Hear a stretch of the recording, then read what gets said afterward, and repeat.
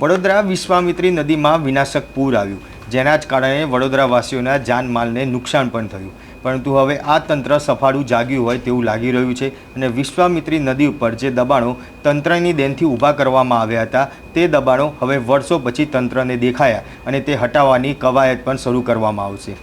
પરંતુ અહીંયા વાત એ છે કે ધારાસભ્ય કેયુર રોકડિયા કે જેમને આ બાબતને લઈને એક વિડીયો છે તે થોડા દિવસ પહેલાં સામે આવ્યો હતો અને જેમાં તે કહી રહ્યા છે કે વડોદરામાં જે પૂર આવ્યું તે કોંગ્રેસની ભૂલના કારણે આવ્યું છે. પરંતુ કેયુર રોકડિયા એ ભૂલી ગયા કે 30 વર્ષથી ગુજરાતમાં તો ભાજપની સરકાર છે, ત્યારે આ સરકારની ભૂલ ના કહી શકાય.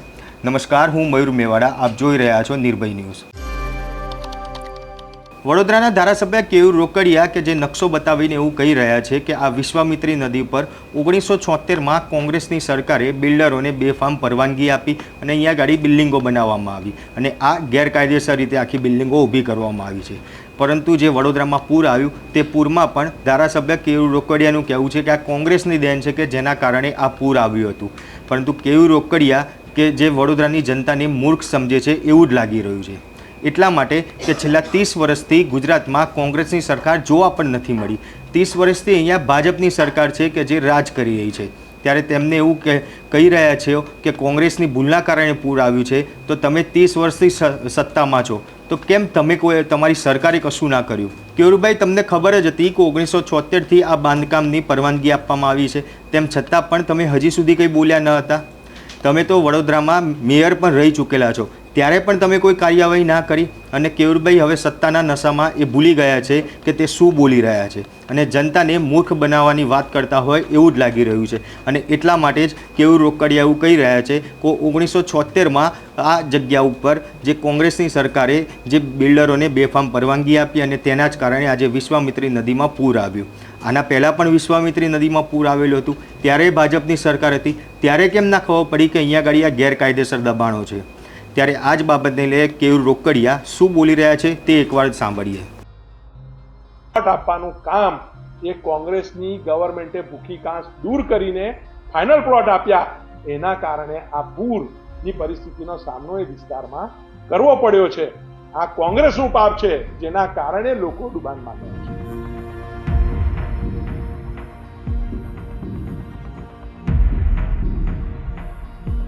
અમે 1976નો નકશો અને 1976માં ટીપી નંબર 12 ફાઇનલ થઈ છે એનો નકશો સામાન્ય સભામાં બતાવ્યો અને એ નકશાની અંદર ભૂખી કાંસનું 1976માં જ અસ્તિત્વ મિટાવી દેવામાં આવ્યું હતું. આ ભૂખી કાંસ પર ફાઇનલ પ્લોટ એ કોંગ્રેસે 1976માં જ આપી દીધા હતા અને આ એ જ કારણ છે કે આ પૂરની અંદર અમારો આખો વિસ્તાર ડૂબાનમાં ગયો.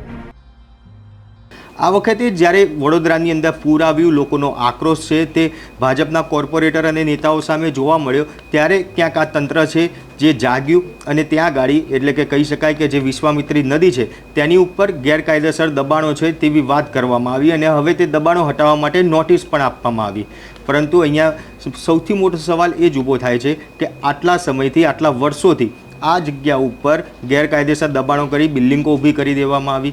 એટલું જ નહીં, જે મોલ છે તે પણ બનાવવામાં આવ્યો, હોસ્પિટલ, સ્કૂલ, આ તમામ વસ્તુ બનાવવામાં આવી. ત્યારે કેમ એ વખતે તંત્રને ના ખ્યાલ આવ્યો કે આ ગેરકાયદેસર છે?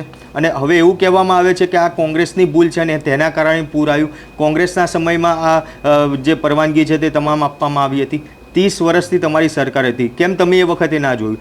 તમે જે વડોદરાના મેયર પણ રહી ચૂક્યા હતા તો એ વખતે પણ તમને ના ખ્યાલ આવ્યો? તો એ વખતે તો તંત્ર સત્તા તમારી જોડે હતી, હાલ પણ તમે ત્યાં ધારાસભ્ય છો. પરંતુ જ્યારે લોકોનો આક્રોશ આવ્યો, લોકોનો તમને જાકારો આપ્યો, ત્યારે તમને ખ્યાલ આવ્યો કે આ હવે કોંગ્રેસની ભૂલ છે અને એમના કારણે આ પૂર આવ્યું છે. માત્ર ને માત્ર હવે જ્યારે દબાણો હટાવવાની વાત કરવામાં આવી ત્યારે કેયુર રોકડિયા એવું કહીને પોતે જસ ખેંચી રહ્યા છે કે આ મેં જ્યારે મુખ્યમંત્રીને રજૂઆત કરી અને ત્યારબાદ હવે આ દબાણ છે તે દૂર કરવા માટે તંત્ર નોટિસો પાઠવી છે અને તે દબાણો દૂર કરવામાં આવશે.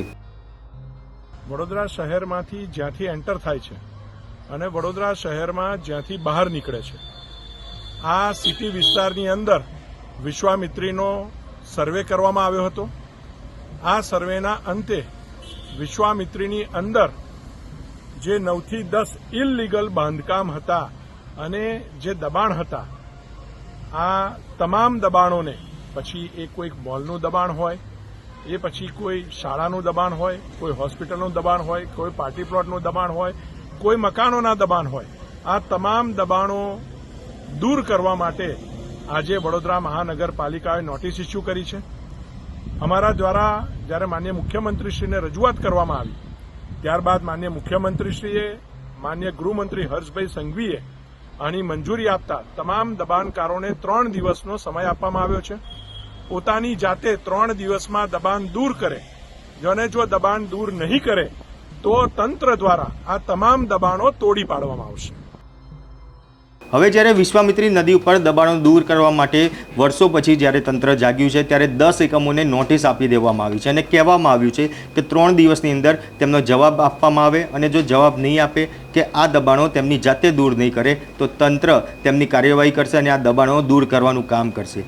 જ્યારે આ દબાણોની વાત કરવામાં આવે તો તેની અંદર અગોરા મોલનું club house, returning wall, Smriti Mandir, Maryland, global school, Karelibaug એસ્ટેટની 2 દુકાનો, Kashiba children hospital, Karelibaug Vishnukut society દ્વારા જે માર્જિનની જગ્યા છોડવામાં આવી હતી તેની ઉપર પણ ગેરકાયદેસર દબાણો કરી બાંધકામ કરવામાં આવ્યું છે. તે આ તમામ વસ્તુઓ દૂર કરવાની વાત કરવામાં આવી રહી છે. અને કેયુર રોકડિયા કે જે તેમના જ નિવેદનને લઈને હવે ક્યાંક ભરાતા હોય તેવું દેખાઈ રહ્યું છે, કારણ કે 1976ની વાત કરીને તે બોલી રહ્યા છે કે આ કોંગ્રેસની ભૂલ છે, પરંતુ તેમની જ સરકારની જે ભૂલો છે કે જે છેલ્લા 30 વર્ષથી રાજ કરતી આવી છે તે તેમને નથી દેખાતી. ત્યારે આ દબાણો દૂર કરવાને લઈને વડોદરા મ્યુનિસિપલ કોર્પોરેશનના કમિશનર દિલીપ રાણા શું કહી રહ્યા છે તે બી આપણે એકવાર સાંભળી લઈએ.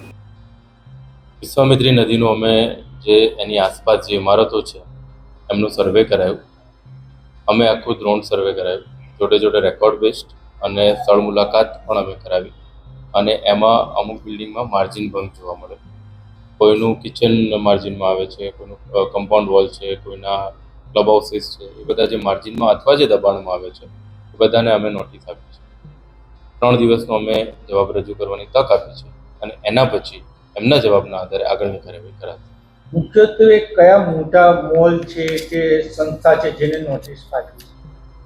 અમે નાના મોટા બધા જે પણ આવતા હોય અમારા સર્વેમાં અને જેમને માર્જિનનો ભંગ કર્યો અથવા દબાણ કર્યું બધાને નોટિસ આપી છે. જેમાં અગોરા મોલને પણ અમે આપી છે, કાશીબા ચિલ્ડ્રન હોસ્પિટલનું પંપ હાઉસ આવે છે એને પણ આપી છે, ગ્લોબલ સ્કૂલને આપી છે, મેરીલેન્ડ પાર્ટી પ્લોટને આપી છે. બધાને અમે નોટિસ આપી છે. બધાને 3 દિવસનો સમય, 3 દિવસના સમયમાં એમનો જવાબ રજૂ થાય એના પછી અમે આગળ કરશું. ટોટલ અંદાજિત કેટલા લોકોને નોટિસ પાઠવી છે? અત્યારે અમે લગભગ 10 લોકોને આપી ચૂક્યા છે અને કાર્યવાહી કરી. કોઈ રાજકીય આગેવાનનું નામ છે? એવું બધું અમે રાજકીય આગેવાન એ બધું ધ્યાનમાં રાખીને નથી આપ્યું. અમે જે નિયમનો ભંગ થતો હશે એને અમે બતાવ્યું. ત્યારે ધારાસભ્ય કેયુર રોકડિયા દ્વારા જે કહેવામાં આવી રહ્યું છે 1976માં કોંગ્રેસની ભૂલના કારણે પૂર આવ્યું અને આ દબાણો છે તે ઊભા કરવામાં આવ્યા, ત્યારે એ જ બાબતને લઈને આપ શું કહેશો કે ખરેખર આ કોની ભૂલ? કોંગ્રેસ તો 1976માં પરવાનગી આપી, પરંતુ 30 વર્ષથી ભાજપની સરકાર આજે રાજ કરી રહી છે ગુજરાતની અંદર. વડોદરામાં પણ અત્યારે ભાજપનું તંત્ર છે, તેમ છતાં પણ આ દબાણો દૂર કરવામાં ના આવ્યા અને હવે તે જાગ્યા છે. ત્યારે આ બાબતને લઈને આપ શું કહેશો તે કોમેન્ટ બોક્સમાં જરૂરથી જણાવજો. સાથે જ અમારી નિર્ભય ન્યૂઝ ચેનલને લાઇક, શેર અને સબસ્ક્રાઇબ કરવાનું ભૂલશો નહીં. આભાર.